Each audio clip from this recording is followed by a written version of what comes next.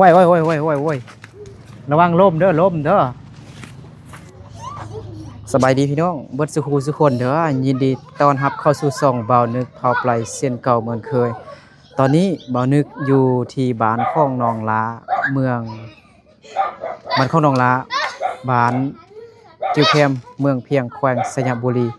เนาะ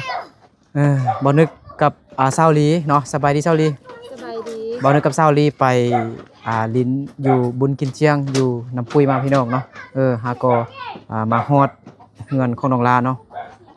มาลิ้นนำน้องลาบุญนึงก่อนเนาะตอนที่น้องลาอันเฮ็ดพิธีเฮ็ดควันมือก่อนในพี่น้องเนาะน้องลากับบอกให้เบานึกมากับเซาลีเนาะน้องประยงกับบอกให้เบานึกกับเซาลีมาร่วมกินข้าวนำกันว่าซั่นเนาะเฮ็ดพิธีเฮ็ดควันหั่นนะในงานบุญประเภทนี้ของชนเผ่ามงหั่นนะแต่มื้อนั้นเนาะก็พอดีบ่นึกกับซอลีมีเวียกเลยก็เลยบ่ได้มาร่วมพิธีเฮ็ดควันหรือว่ากินข้าวร่วมกันหั่นนะเนาะมื้อนั้นบ่นึกก็มาเห็นท่อ แตกพี่น้องเนาะ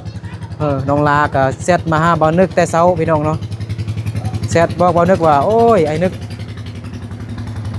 อายเคยขับรถซิงถอยรถมาต่ำว่าซั่นพี่น้องเนาะมาต่ำต่างกระโมดเนาะฮะต่างกระโมดอ๋อตัวนี้มันบางเด้พี่น้องเนาะตัวนี้มันบางถ้าบ่บางก็คือกันหั่นคือกันแต่แบบนี้แม่นนี่เนาะพอน้องลาแม่น้องลาว่าซื้อให้ว่าซั่นเนาะเป็นหยังเนาะก็เงินที่ผู้ใหญ่เพิ่นฝากมาให้เฮ็ดห้องน้ำให้น้องลาก็ยังอยู่พี่น้องเนาะ1 ล้านกว่ากีบพี่น้องเนาะซื้อตื่มทอนึงตื่มพี่น้องเนาะทดแทนตัวนี้เนาะมันแตกไอ้เคยถอยรถมาตอนกลางคืนบ่เห็นว่าซั่นเลยตำใส่น้อยนึงแล้วแตกเลยพี่น้องเนาะโอ้กี่ฝุ่นหลายสิเฮ็ดยังฮะน้องปลาได้เอาแม่น้องเกียร์สิเต้นแล้วแม่นบ่1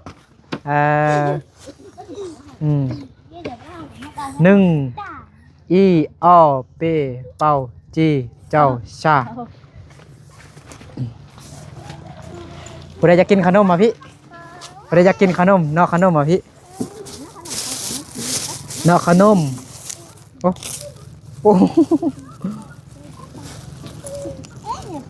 มาผู้ใดอยากกินขนมผู้สาวหน่อยนะเอาล่ะอันนี้บ่แม่นกะแลมเด้อเขาเฮ็ดคือฮุบกะแลมซื่อๆแต่มันบ่แม่นกะแลมขนมเด้อครับใจ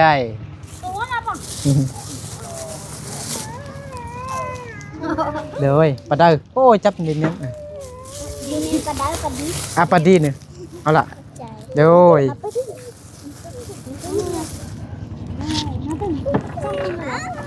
เอาหน่อยเดี๋ยว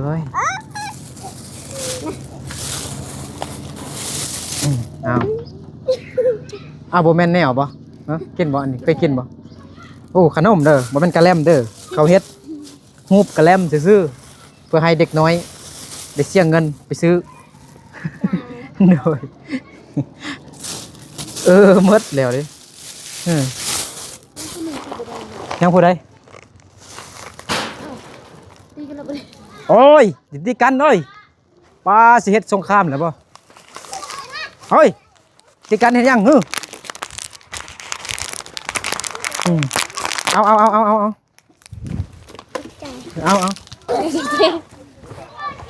บ่แม่นกะแลมได้หน่อย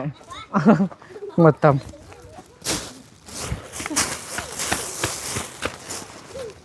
เขาคิดว่าแม่นกะแลมเด้บ่แม่นกะแลมเขาเฮ็ดฮุบกะแลมซื่อได้บางคนก็เรียกกิน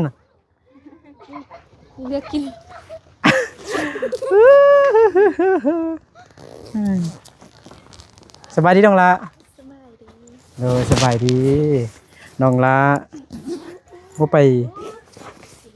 บุญกินเชียงบ่น้องลาเปลี่ยนไปฮะน้องลาเปลี่ยนไป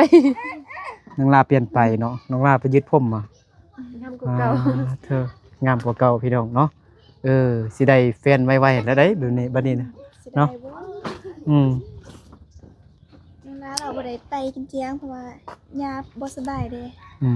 มื้ออื่นก็บ่ได้ไปบ่ มื้ออื่นน่ะไปตอนแรกเราไปฟ้อน อ๋อตอนแรกมื้ออื่นไปฟ้อน ด้วย อืม ก็ไปฟ้อนเนาะ อ๋อ จะได้ไปฟ้อนในตอนค่ำ ฟ้อนตอนค่ำเนาะ ก็บ่มีเวลาเดี๋ยวไปลิ้นได้ปีนี้ อืม บางทีก็อาจจะบ่ได้ลิ้นแล้วแหละปีนี้นะเรียกหลายเด้อ เออเมื่อกี้อ้ายก็ไปน้ำปุ้ยมาก็เห็นผู้สาวหลายอยู่ ม่วนอยู่บ่ ม่วนอยู่ผู้สาวก็งามอยู่แต่ก็บ่สู้น้องน้องละน้องละงามกว่า อุ้ยเอาใจซื่อ เออเฮ็ดอีหยังสิเฮ็ดควันวะ ๆบ่ เห็นขาไก่เด้เห็นต้มไก่บักใหญ่ๆเหรอ เอาต้มท่าไอ้มากินเด้ ต้มทาอายมากิน เออ เอ้าคิดว่าเฮ็ดควันเด้เห็นต้มไก่ อ้าวมื้ โต อนั้น แบบ ก็ เป็นตู้เลยนะ บ่นะมื้อนั้นก็บ่ให้ไอ้มาหรอกไอ้บ่มาแต่ อัน แม่ มี บอก เวียกโอ้มื้อนั้นเฮ็ดควันให้ เออ น้อง มื้อนั้น ชาย เรา ไปลี่ พ่อกับแม่บ่ให้อื่นมาเดี๋ยวบอกหรอกไอ้บ่มาหรอกเพิ่นก็ว่าอย่าเลยเราไปจงให้มาดอกให้ท่าเอา น้องประยงก็เอิ้นชวนอายมาเล่นอยู่เฮือนว่าซั่นเฮ็ดควันเด้อซั่นก็บ่มามือเดียวกับมือที่น้องลาเอิ้นชวนเฮามากินข้าวร่วมกันว่าซั่นเนาะมือเดียวกันเนาะเฮ็ดควันมือเดียวกันเบิดแม่นบ่ แม่น ทุกครอบครัวแม่นบ่ แม่นให้ทุกคร วั อน บครั ที่ ว 19 19แม่นบ่ โดย วันที่19มากินข้าว กินข้าว เต้งฟ้าข้าวแล้วเหรอ โอ้คิดว่าอ่าน้องลาอันแต่งดองอีหยังต่างๆ บ่ เฮ็ดพาเขาใหญ่ๆสบายดีพ่อสบายดีโดยพ่อก็บ่ได้ไปลินบนกินเชียงบ่ บ่ สบายดีไหมได้ยินข่าวแบบแม่ย่าบ่สบายบ่อ๋อแม่ย่าน้องลาก็อายุหลายเด้พี่น้องเนาะก็เจ็บเล็กเจ็บน้อยหั่นน่ะพี่น้องเนาะก็น้องลาเฮ็ดพาเขาใหญ่ๆพี่น้องเนาะ มาล้างมือกินข้าวเอาเอ้ย โอ้ นี่ เฮ็ดปลาข้าวใหญ่ๆก็จำเป็นแหละเด้อนั่นนี่นะจำเป็นได้กินเหล้าน้ำน้องล่าแหละ บ่มีเหล้า ข้าว แล้ว บ่ฮะ บ่มีเหล้า บ่มีเหล้ามีเอาซื้อ ชี้เอา อันเด็กน้อยเนี่ยเขากินข้าวแล้วบ่ เด็กหน่อยนะกินแล้ว กินแล้ว โดย อาป้งมานี่จับกล้องให้ไอ้เด้กินขนมหมดแล้วบ่ สร้างมาจะได้ติด บ่ได้จับอยู่ทางนี้เด้น้องลาลองนั่งก่อนไอ้สิเบิ่งมุมกล้องเปิดไฟได้บ่ เปิดไฟ เปิดไฟหน่อยนึงหน่อย เปิดไฟปั่นเปิดสติ นะมันกระแจงแด้เลยต้องนั่งต้องลานั่งอยู่บนแจงจัง ก็หล่อลูกคนหล่อสักตาหล่อตัวหล่อเอาลูกตัวตา อันนี้ให้กับกุยช่างเนาะ ได้ปะ เอานะนั่งกินเขา โอ้ยลองกินเขาน้ำนองลาอีกตื่มก่อนเนาะก็เป็นเทือที่ช่องแล้วได้กินข้าวกับน้องลาเนาะวันนั้นก็กินข้าวกับน้องลาเทือนึงหรอมื้อนี้ก็สิกินซีมือของน้องลาอีกแล้วบัดนี้เนาะแจ้งนี่บ่ได้ไอ้เบิ่งกันเด็กน้อยเด้กินหมดแล้ว กินแล้วไอ้ตัวนี้ ความจริงแล้วก็เมื่อกี้นี่ก็บ่นึกกับเช้าลีกับกินข้าวเปียกมาแล้วพี่น้อง แล้วเวลาจริงจังจ้ะ พอบ่นั่งนี่บ่ อ๋อได้ชี้ซ้ายแล้วเนี่ยลูกเนี้ยอันนี้ที่เฮ็ดพิธีนะเห็นบ่เฮ็ดควันปะ กอง อ๋อเฮ็ดคองอันนี้เฮ็ดคองเนาะโดยอันนี้เฮ็ดมือเนาะปีนึงเนี่ยเฮ็ดเทื่อนึง อันนี้มัน ปีนึงเฮ็ดเทื่อนึง โดย พี่ กินนะ ฮะมาพี่น้อง เนี่ยเอาช้อน มากินข้าวนำน้องลาเนาะ ไม่เป็นไรอ่ะ เธออาหารเมนูเสียบๆพี่น้องเนาะน้องลาอบซีนไก่พี่น้องแม่นอบเอาบ่นี่เด้อบ่ต้ม ต้ม ฮะ ต้ม ตัวมีเครื่องหอมซั่นน่ะ ปรุงซะ ปุ๊บใส่น่ะอ๋อ ลองกินบางนู้นของเราสู้นี้มันเป็นอะไร บ่ลองแหละมื้อนั้นก็ลองกินแล้วเด้ กินไปแล้วเนาะ มื้อนี้มันกินแท้ๆเลยเด้เหลือแต่กระดูกแล้วเนาะ มากินข้าวมาลงมือเลย แม่น้องลา เนี่ยนะบ่เนี่ย เอาเดี๋ยวแล้วเนาะ เดี๋ยวเบิ่งดูแจ้งบ่ เนี่ยก็ขอจ้องชิบอกเกตา มาเข้าบ่ มาเข้า บ่เป็นหยังใครเลย ใครขอจ้อง บ่เป็นหยังหรอก เป็นยังมันมาม ายามัน เพื่อนซื้อ เออมายามัน ใครรู้ชัดต่อยมา อ่า เนี่ยเอาเดี๋ยวรอเนาะหมอมากินข้าวเลย คุณ กินเลยกินเลย มากินทั้งดูสิ ให้ มีข เขา นม จั ลา บเขาต้มกรอบปอกแก อืม เซฟเกลือ กินฮอดอีพ่ออีแม่นี่เนาะแซ่บต้มไก่เรากินฮอดตอนน้อยนะพ่อแม่ต้มให้กิน เนี่ยมันคนซอสจ่ายไปเนาะ ยังเดียว เดี๋ยวหรอ เนี่ยชุดเดียว ยังบ่มีเดียวพอกับแม่เลยอ๋อ กินเลยเด้อบ่ต้องอาย เปรี้ยวบ่วงอ่ะ เดียวแปลว่าดวงบ่วงภาษาเวียดนามกับเดียคือกันบ่บ่แม่น กิน ดูมันน่ะเดียภาษามงกับเดียภาษาเวียดนามกับเดีย เอา เมื่อ เลย นั้น เดี๋ยว ไปสัญญา เจ็บเลย เอาคุบลูกนี่ไปให้เขาเบิ่งว่าไอ้พ่อต้วยเขาต้วยลูกต้วยพ่อนั่นนี่ว่าท่านเขาว่าพวกนี้นุ่มแท้กันยังช่วยได้เขาแก้ปัญนี้ก็ยังช่วยบ่ได้ก็จะว่า บ่แม่นเงินลูกเด้เนาะ อีพ่อกันหูเลยเด้เพราะว่ามีไอเราจึงได้จะได้เครื่องสารนี้ ถ้าบ่มีไอไทยครีมเดี๋ยวคงจะบ่มีนี่ ถ้าบ่มีน้องลากับบ่ได้คือกันเนาะ แม่ฉะนั้นก็พอทุกคนนั่นแหละ เพราะว่ากับใจน้ำละลายแหละโอ้คนปันนี้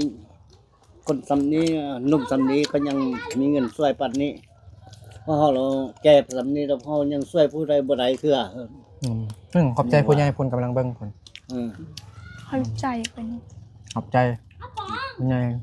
ทางอเมริกา มาเด้อพี่น้องเด้อมากินข้าวนำน้องลาเด้อน้องลาบ่ได้เอิ้น FC มากินนำ มาเด้อ FC ทุกคนกินข้าวนำกันมากินไก่ กินเส้นไก่พี่น้องเนาะ กินไก่ น้องสายใครก็ ย่อยชงเชียร์แม่นบ่ย่อยชงเชียร์ แมน สบายดีปีใหม่เนาะสบายดีปีใหม่มงเนาะปีหนึงมีครั้งหนึงพี่น้องเนาะเอากินเลยบ่ต้องอายเด้อน้องละพ่อแม่บ่ต้องอายเด้อเช้านี้บ่ต้องอายกินเด้อโอ้เขาติดอันนี้เนาะ เขาตี นี่ กินเลย เฮานี่ปีนึงมันมีเทื่อนึงนี่ แม่น จิตบ่เป็นยัง บ่ เนาะ คือเราลู โอ้ ก ยยังเนาะ รายอื่นนี่มันหลายบุญเนาะเราซึ่งเฮานี่มีแต่ปีนึงมีแต่บุญเทื่อเดียวนึง ใครคือบุญสงกรานต์เนาะ ปงมือดิ ปงเมื่อยบ่ กินข้าวปงน้ำหมอ ครับมันเกี่ยวกับกินข้าวเปียกแต่ว่ามันบ่คือกินซีนแบบสดๆจังซี่เนาะ แมน เขาก็ใส่อยู่ซีนนะแต่ว่า เขาเรียน ซีนบางๆลวกซื่อๆมันจัง เขาจีบ มันจัง บ่ไปกัน ฮะ โอ้ยันเบิ่งเขาเข้าปากกันว่ายันไหม อืมอืมแซ่บเลย เอามาตั้งมือเลยสิ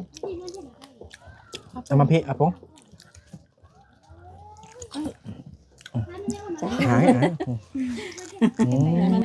นั่นก็ได้ละมันเป็นยังระวังตกได้คือมันนั่นเลยมันนั่น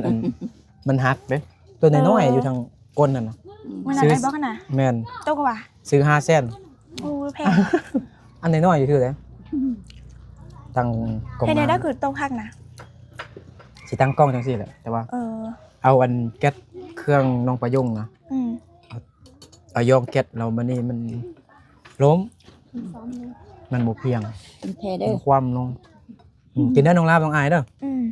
พี่น้องเด้อโอ้แซ่บพี่น้องขอบใจขอบคุณน้องลาเด้อ เป็นย่าง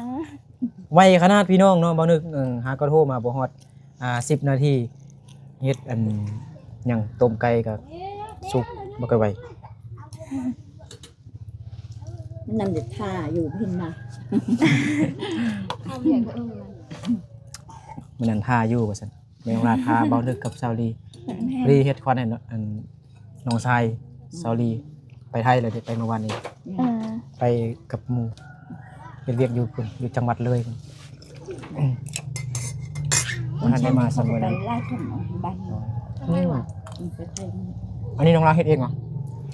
คือแม่ พ่อแม่ก็ช่วยกันเฮ็ดเลย โอ้ยอยู่กันเฮ็ดเนาะสมพรแล้วมันแบบผสมกันเนาะ แม่ ครับช่วยกันเฮ็ดครับ ไม่รู้เป็นยัง เป็น รมันสบาย อาทิตย์นี้นึงแล้ว เท่าไหร่ ลูก ใหญ่ คือ ล้าน ไม่ย่านะแต่อาทิตย์นึงแล้วลูกขึ้นจักเตียงบ่ได้คันใหญ่ตัวก็บ่ได้เพิ่นบ่สบายกินข้าวก็กินบ่ได้หันนะ อ๋อ เฮ้ยเขาต้มซะก็บ่อยากกิน กินน้อยเดียว สบายแล้วอายุหลายได้เลยนะน้องแต่เจ็บเล็กๆน้อยๆเนี่ยคนเฒ่าน่ะร้อยเท่าไหร่ เมื่อคืนนี่ต ร้ อ อย น ปีร้อยปีก็ถือว่าเก่งแล้วอายุหลายใช่ไหมเฮาแทบบ่ฮอดร้อยปี เมื่อคืนนี่ตอน1 โมงไป คนเด็กที่เข้าอัน น้องลาก็ตื่นมาเฝ้าย่าเพราะเพิ่นบ่สบายเพิ่น วัน ว่า นี้อยู่ไม่ถึง เด็กอึกเราให้ใจออกบ่ได้หันนะ น้องลากับอีแม่กับอีพ่อเนี่ย3 คน ย่าเพิ่นก็ให้ อืม ว่าบางทีอะเพิ่นจะอยู่ได้เฮากับเฮาบ่โดนเฮาก็ว่าบ่ต้องว่าตรงนั้นจะอยู่นำเฮาไปตลอดไปมันก็ให้หันแหละ อืม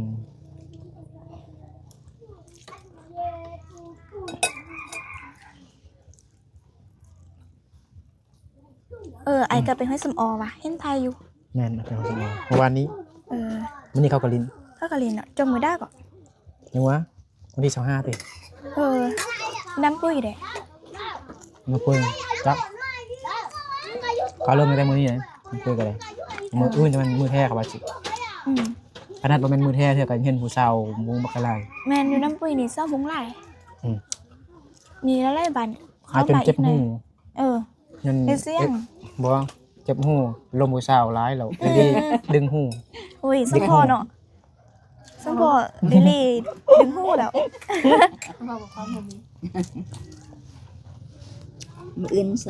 น้องลาก็ไปเด้ อันนี้คือเขาปะปาเนาะแม่นบ่ แม่น เขาปะปาอันแม่น้องลาไปปิ้งไปจีพี่น้องเนาะอันนี้แม่นน้ำอ้อยพี่น้องเนาะเฮ็ดจากน้ำอ้อยได้นี่เนี่ยเนาะมันคล้ายๆคือน้ำเป๊ปซี่โคคาโคล่าพี่น้องเนาะนี่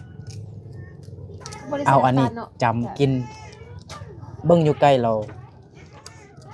มันคือตับหมูพี่น้องนะมันคือตับหมูเบิ่งอยู่ไกลๆพี่น้องมันคือซีนน่ะนะบ่แม่นใส่เวลาเฮาตำมันเฮาใส่หยังเด้ บอกเขาละลา เข้าละลาเลยเนาะ เลยตามเขาละลาเลย แล้ว นึ่งสุกเราก็เอาไปตาม อันนี้เด้อันนี้ก็บ่ได้ใส่หยังเลยแม่นบ่ บอกภา บ่ ษา มีหยังเลยมันแบบเข้าละลาเลย เขาละลาเลย เขาเหนียวเนาะ แม่น ตำละลาเลยเนาะ โดยแล้วก็ อืม ปั๊มเป็นกำปั๊มแล้วก็ นี่แล้วก็โอ้ ใส่ใบตองแล้วก็ อุ่นๆอยู่พี่น้องเนาะนี่ ลงไป อัน ล นี้ องกินเบิ่ง อันนี้จำเนาะบ่นึกขออนุญาตลองมึงก่อน ห่อน ฮ้อนนะพี่น้องกินฮอดตอนเด็กเลยเนาะครับเดี๋ยวกินเส้นไก่ก่อน กินไหม โดนบ่ได้กินหรอก ยังไล่นี่กินให้หมดเลย ตีกันแล้วบัดนี้ ครับ เท่าอ้ายนี่บ่อิ่มได้ แซ่บพี่น้องน้องลาเฮ็ด อืม นี่ นะเซอกดิ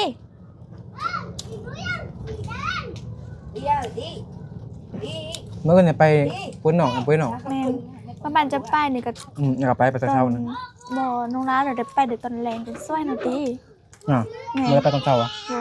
ก็อย่าไปตอนเสาร์เลยแต่อาจารย์บอกให้ไปซ้อมอยู่โรงเรียนเดี๋ยวตอนเช้าอาจารย์เบิ่งก่อนแล้วมาว่าตอนซอยเรามาเกียมแต่งหน้าแต่งตัวแล้วก็ไปสิได้เด้ปีนี้บ่ได้ยำมักคอ บ่ดึกกินแท้พี่น้องเนาะแซ่บแท้ๆนี่ได้คันบ่แซ่บเนี่ยบ่กินแท้พี่น้อง กินแล้วแม่ มันก็กินข้าวอยู่แต่ว่าแบบกินข้าวเปียกพี่น้องก๋วยจับกินก๋วยจับอยู่น้ำปุ้ยเมื่อกี้แต่ก็กินห้องท้องซื่อพี่น้องเนาะแต่บ่ค่อยแซ่บปานใดบ่แซ่บสำน้องลาเฮ็ด แม่ว่าน้องร้านมีเจ้าเฮ็ดให้กินดอกวันนี้นึกก็ไปเฮ็ดเครื่องยำมักคออยู่บ่มักคอบ่เฮ็ดอยู่บ่ มาเห็นอยู่อาการยุ่งความ ย้อนว่า ยุ่งในมื้อเช้าน้อย โอ้ มื้อเช้าง่ายเลยผู้ชายฮู้ในมื้อเช้าง่ายอยู่ คือบ่ยนำเอ้ยลีด ไอ้ลีขี้อายอยู่ อย่าว่าถ้าเอ้ยลียังนุ่ง10 โมงนั่นล่ะก็มียังนุ่งไปนะนั่นล่ะก็อยากให้ มื้อให้เอ้ยลีนุ่งขนาดเนาะ อยากเห็นอยู่ เอ้ยลีถ่ายรูปเลย นุ่งล่ะคือคนงงเลย มา น้องล้ามี ตุกมีกระตุกกระโปรงบ่ กระโปรงมี ให้เอ้ยลีใส่แบบกระโปรง ด้วยได้ อันก็บ่เคยเห็นเอ้ยลีใส่กระโปรง ก็รีอยู่ป่าเนี่ย ลีอยู่ป้า ทาใส่อันมันยังก็ ลีไปลีอยู่ป้า อันตัว นึก ขาว เดี ๆ ยว น่ะ ดิ ทาผิวอันกันแดดนั่นน่ะ ขาวๆบ่ทาใส่ถุงตีนขาวๆหมดเลย โอ้เมื่อกี้ก็ม่วนแฮงพี่น้องเนาะไปนักคุยเนาะทั้งม่วนทั้งเมื่อยทั้งฮ้อนพี่น้องเมื่อกี้เนาะ พี่นี่คือเด่นหอนบนเน่าคือพี่ใกล้โลพี่นี่ ก็โอเคอยู่เนาะมันบ่คือปีกายเขาว่าฝนตกแม่นบ่ แม่นพี่ใกล้ ปีกายฝนตกพี่น้องเนาะโดย พี่ใกล้นี่ อันนี้ยังอายปะ ให้อายได้กินไหมตอนมาตั้งโดนเราบ่ได้กิน เข้าใจเด้อ กินแล้ว โอ้นำดูเวียดนามนี่เขาเอิ้นว่าโกโกลานะ นี่น้ำคก โอ้กินซีนหลายนี่ซีนคาแคลพี่น้องเนาะ แคลห่างหมดห่างกับบ่ห่างเนี่ยเท่อันนะ ห่างหน่อยนึงพอมีเวลากินข้าวกินซีนแล้วซีนว่าคาแคลพี่น้อง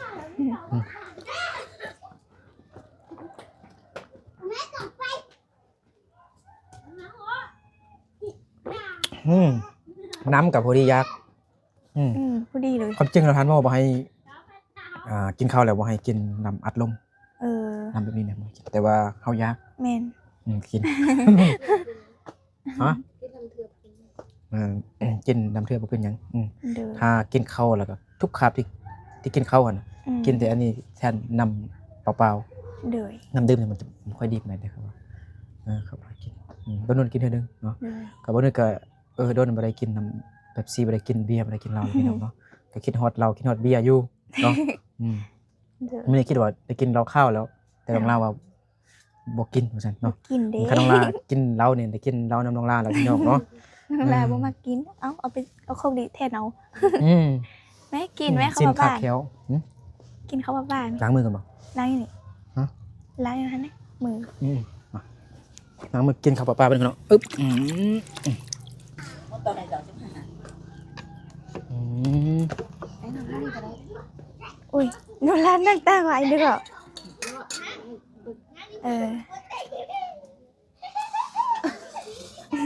หนังไข่ตาเขียว เมื่อตอนอะไรจ่ายเลยเหรอ สินไก่คาแคล มาเด้อกินข้าวปลาๆทำกัน นี่มัน เป็นตาเศษครับ นะเมื่อกี้บารุกะซิมคำหนึงแล้วแต่ก็พอดีกินข้าวอยู่มาซิมในแทบมากินในแทบแหละมันมาลองหน่อยกินในแทบกินให้เบิดนี่เนาะเวลากินหมดบ่อิ่มแล้วเนาะกินข้าวอิ่มแล้วพี่น้องแล้วก็บ่อยากกินหลายปานใดจังไงท้องใหญ่ จังไงก็คิดว่าเขาถือผ้าได้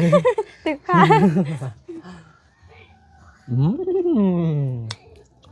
อันนี้เฮ็ดเองบ่หรือว่าซื้อน้ำพอง ซื้อ ซื้ออยู่ไสเขามีขายปะ เลยคนลาวเขามันโลกไข่เด้ อืม เขาหูว่าเพิ่นกินเจียงพุงเหรอพุงกิน นี่เขาก็หูเขาเฮ็ดมาไข่ ก็หูได้เนาะแต่ละปีมันมีทุกปีเนาะ แม่นคนก็ซื้อหลายคนเพราะว่าบ่มีน้ำอ้อยบ่มีต้นอ้อยเฮ็ดนะ แม่ก็คืออันนี้เนี่ยตลาดนี่เขาขายหลายเด้ แม่นไข่ อันเขาเรียกหยังก็เป็นบอนที่บูชาบอนอันนั้นนะหิ้งบูชาเนาะเอิ้นหิ้งก็บ่แม่นเป็นใบเนี่ยค่าไก่เราเอาคนมันเต็ดไว้หั่นบ่ แม่นแม่น บ่ได้ก็บ่ฮู้บ่ซักอธิบายเลย จะให้น้องลาเนี่ยบอก อันนี้ปีมากเขาต้องได้เปลี่ยนทุกปี อ๋อช่วงเชียร์แล้วเปลี่ยนทุกช่วงเนาะ แม่น ทุกปี เปลี่ยนทุก ช่ ช่วง วงวันปีเนาะ แม่น ย่อยช่วงเชียร์เมื่อกี้กติทำอันผู้สาวมงความจริงเราก็ฮู้แล้วย่อยช่วงเชียร์นะ เดย อยากสัมภาษณ์เข้านะ เดย คำว่าสบายดีปีใหม่ภาษามงว่าจังได๋สินะผู้สาวมงโอ้มีก็ผู้งามได้หลายไอ้ก็เลือกแต่ผู้งามเรื่องสัมภาษณ์เมื่อกี้ก็งามหมดนั่นแหละงามคนละแบบคนละสไตล์ แม่น คือน้องลาก็งามและฮัก แม่ เนาะยิ้มแย้มแจ่มใสดีเนาะนิสัยใจคอดีพี่น้องเนาะลมเก่งคุยเก่งเฮาเก่งเนาะเฮียนก็เก่งพี่น้องเนาะฉลาดเนาะ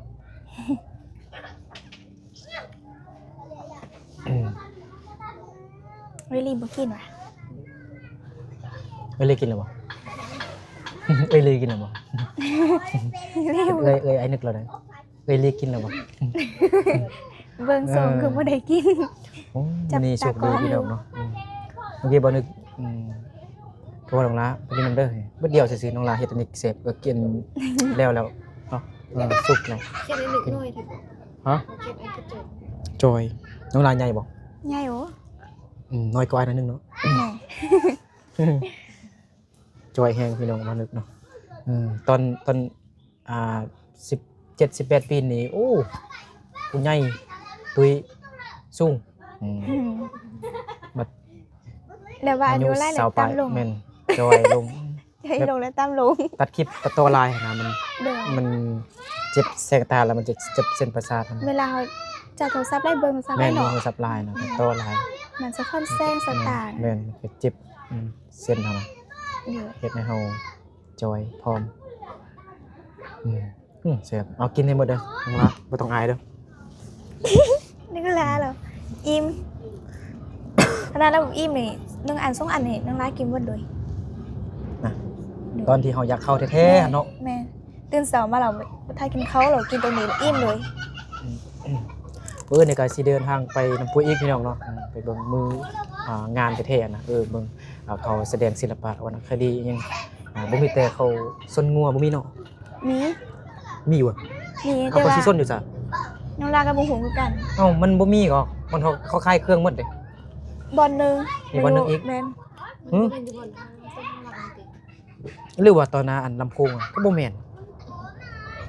น่าจะมี เวลาเขาให้งัวชนกันน่ะเขาต้องเอาไอ้หยังออมบ่ตะนางอีหยังบ่ จากดูแลบ่ได้เป็นปึ้งนะแม่น โอเคเบิ่งก็คือว่าเดินก็มีอยู่เดินก็กว้างอยู่แต่ว่าเขาเจ้ามาเซาขายเครื่องนะ อืม คือแม่น้องดวงใจกับเสาดินเสาเต้นเขา เออ ขายเครื่องโอ้โคตรเพลงเลยเสาดินเสาอันนั้นบนเขาขาย มัน เครื่ ไล่เนาะ สิลานปลายเพิ่น อ๋อ ทางเต้นทางอีหยังบนดินนั่นน่ะที่เขาเสาขายเครื่อง เขาขายแต่เครื่องดื่มเป็นเหล้าเบียร์อิหยัง เลย พอน้องดวงใจก็มักม่วนเนาะ แม่นมาก ยิ้มแย้มแจ่มใส แม่น ยิ้ม ทั้งครอบครัวเลย ถ้าเขาขอเล่นนักมวน พ่อแม่ทางอายเราเด้ไอ้เคย แม่น แล้วก็เอื้อยเด้บอกให้อายไปอุดหนู่นได้ว่าฉันซื้อเบียร์กินมันยังหั่นน่ะอายบ่ถึกเลขเด้อถ้า อาย ถึก ถือ หวย เอ ก่อง นถึกหวยก่อนซื้อตลอดแต่บ่ถึกแต่ลิ้นเป็นเลข6ตัวได้อายนะ เออ เออ 1ตัว2ตัวน่ะบ่ได้นำเนาะเรียนแต่6ตัวหั่น 2ตัวก็ถึกอยู่แล้วเธอนึงกันถึก700,000บ่ได้ เออ ซื้อ 10,000เลข2ตัวน่ะ ไอ้ซื้อเล็กมาปันดีเด้อเทื่อจักเทื่อหรอ ถึกจักเทื่อแล้วจักงวดแล้วประมาณ สองหมวด เฮ้อทึกหลาย มันมีเทื่ออาทิตย์หนึงอันทึก3 งวดซ้อนก็ ยุย 4 งวดอ้ายบ่แม่น2 งวดทึก2 งวด สาม คือมื้อนี้ พันเลย ตัวอย่างเนาะมื้อนี้เป็นวันจันทร์เนาะซื้อวันจันทร์นี่ก็ทึก เด้อ วันอังคารบ่ค่ายเนาะมื้อนี้วันพุธน่ะนะ แม่น 2 งวดซ้อนเลยอ้ายทึกนะเทื่อหนึงอันทึกช่วงนั้นก็ทึกได้ทึก คือว่าทึกอยู่ตลอดเลยไอ้แค่เบิ่งอันมาทำนายอ่านมาทำนายเบิดเดียวสิครับ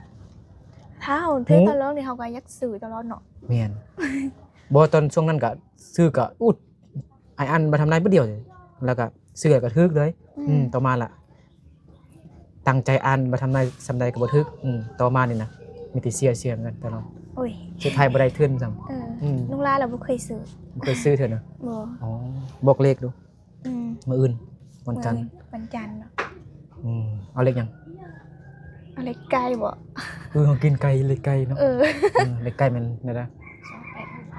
28 2868 2868 2868 เอาเลขไกลไปก่อน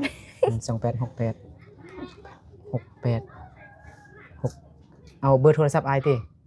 51826568นั่นถือกับเบอร์โทรศัพท์ไออีก เท่ว่ะ 6568เลย โอ้ย เอากินไก่ต้องซื้อเล็กไก่พี่น้องเนาะ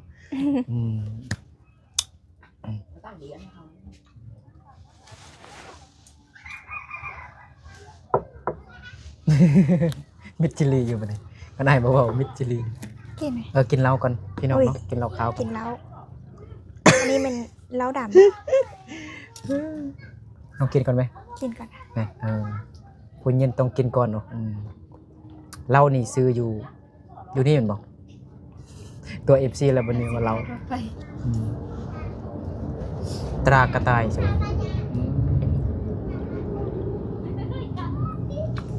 เข้าหมักเอาเหล้าข้าวปนใส่กับอันนี้ก่อนเนาะ ยังเย็นอยู่พี่น้องเนาะเดินทางไกลอากาศก็อ่อนๆเนาะแดดร้อนกินน้ำเย็นใส่ซื่นใจพี่น้องเนาะ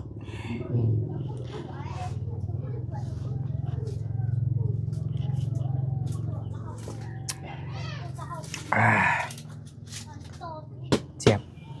เอาละบอกนึกจีเจีย เอา เนี่ย กินเอาข้าวนี่ เงินที่ FC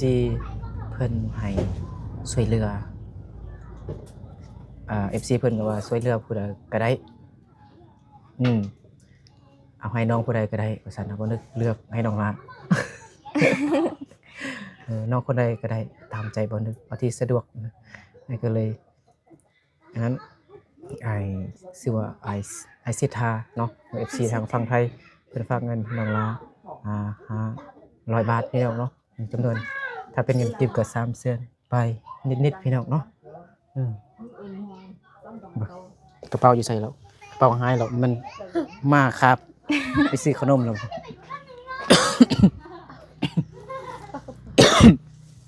เสร็จบัดนี้น้องลา ดื่มกา เอา แฟ อัน แล้วกินข้าว น้ำเย็นหาไอกินแล้วยังบ่ดีเจ็บคอเถอะยังเป็นไออยู่ ยิ้มตัวนี้ลืมเพลงหาย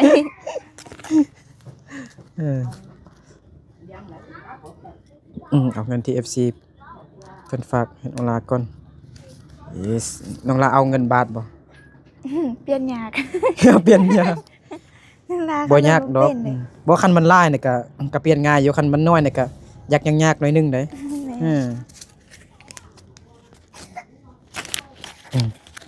บ่อนแลกเปลี่ยนเงินเขาก็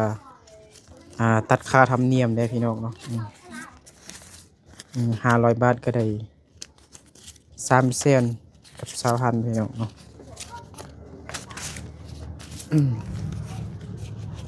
น้องละไปลินบุญมื้ออื่น ขอบใจเด้อ 3เซน20,000กีบพี่น้องเนาะขอบใจไอเสียทาเพิ่นเดี๋ยว น้ เนาะ องลาขอบใจสิทาละไล่เด้อน้องลาเข้าอวยพรนะไอ้สิทาจงอยู่ดีมีแหงสุขภาพแข็งแรงความเจ็บอย่าได้ความไข้อย่ามีขอให้ร่ำๆรวยๆเด้อไอ้น้องลาสำลีขอให้ได้กระปันเทา โด สาย ธุ สาธุเนาะขอบใจขอบคุณหายเพิ่นหลายๆเด้อเนาะโอเคขอบใจขอบคุณน้องลาคือกันเด้อเนาะที่ส่วนเบานึกกับชาวลีกินข้าวห่วมพี่น้องเนาะน้องลาเนาะเป็นคนใจดีพี่น้องเนาะทนุถนอมถ่อมตนเนาะถ้า FC มาในช่วงงานบุญกินเจียงนี่ก็ได้กินข้าไก่คือเบานึกเลยเนาะแต่ FC เพิ่นบ่มาเนาะFC หลายคนเนาะ FC จะอยู่ทางฝั่งไทยก็โทรทักเบานึกว่าบุญปีใหม่ของเส้นฮอร์โมนนี่สิไปเบานึกเด้อให้เบานึกพาไปเลาะไปเที่ยวไปชมผู้สาวมงงามๆได้เด้อหลายคนทักมาแบบนี้สุดท้ายแล้วมาฮอดมื้อ กินเจียว มื้อกินเจียงแล้วบ่มีไผทักหาเบานึกจักคนมีแต่ 2-3 คนก็ว่าบ่ทันมาเทื่อว่าซั่นเนาะคืออายผู้หนึงเนาะอายยุทธเพิ่นก็อยู่ทางภาคใต้บ่อันบ่อนที่อันน้ำท่วมนะน้องเห็นข่าวบ่น้ำท่วมไทยเนาะอยู่เฮือนอายุทธเพิ่นก็น้ำก็ท่วมพี่น้องเนาะแต่ตอนนี้น่าจะน้ำก็แห้งแล้วพี่น้องเนาะแล้วก็น่าจะกลับมาเป็นปกติแล้วเนาะน้ำก็จะลดลงแล้วก็ขอให้ทุกคนสู้ๆเนาะเป็นกำลังใจให้ เป็นกำลังใจให้ โดยเป็นกำลังใจให้ FC เนาะอยู่ทางภาคใต้เนาะที่น้ำท่วมเนาะโอเคเนาะน้องลาอายกาสิกลับก่อนเด้อ โดย บ่มีไผเบิ่งมาหน่อย2ตัวให้อยู่แล้วตอนนี้นะ มันทันกิน 5ตัวพุ่นน่ะมา 5ตัว มีมาใหญ่ได้พี่น้องเนาะปล่อยมาไว้แล้วก็ปิดประตูกะหน้าก็อยู่หั่นน่ะหน้าของลิลี่นะแต่เราก็ว่าไปเลาะไปเที่ยวนะบ่อยู่เฮือนนะโอเคพี่น้องเนาะเอาสำหรับคลิปนี้เบานึกกับน้องลา สาวลีขอลาพ่อแม่พี่น้องเบิดสุขสุขคนไปก่อนเนาะแล้วเจอกันในคลิปต่อไปเนาะคลิปน้องลาไปฟ้อนบ่ทันเบิ่งที่ขั้นตอนคืนน่ะ กลางคืนแล้ว ฮะ จะโมงแต่เข้าดังให้ไปฮอดอยู่7 โมง เขาไม่8 โมงหรอ ฮะ8 โมงตอนแรกนะ 7 โมงตอนแรงให้ไปฮอด อ๋อ 8 โมงเหรอ บ่ทันติจัง นั่น มีไผเบิ่งเฮือนน่ะ ตอนค่ำเลยดอก ฮะตอนค่ำบ่ทันคันไปนอนอยู่พุ่นก็ทันอยู่ น้าก็อยากจะไปนอนเพื่อวันที่2-3มื้อใดมาขอแต่ว่าอาจารย์เพิ่นบอกให้กลับ กลับไปยัง นั่นล่ะก็อยากอยู่พักแหละแต่ว่า อืม มันก็อยากได้เพราะว่าวันที่25นี้ก็ได้จะไปเส้นคำกุมได้นะ อืม แต่มันอยาก2-3 วันได้เฮาไปแล้ว เวลาจะไปเส้นก็ได้เบิ่งเพิ่นเพียนเด้ โอเคพี่น้องเดี๋ยวบ่นึกกับซาวลีเดินทางกลับก่อนเด้อของเรานะ เด้อ ได้มีแห้งบ่สิคู่ทุกคนเด้อเนาะไป บ๊ายบาย บ๊ายบายสวัสดี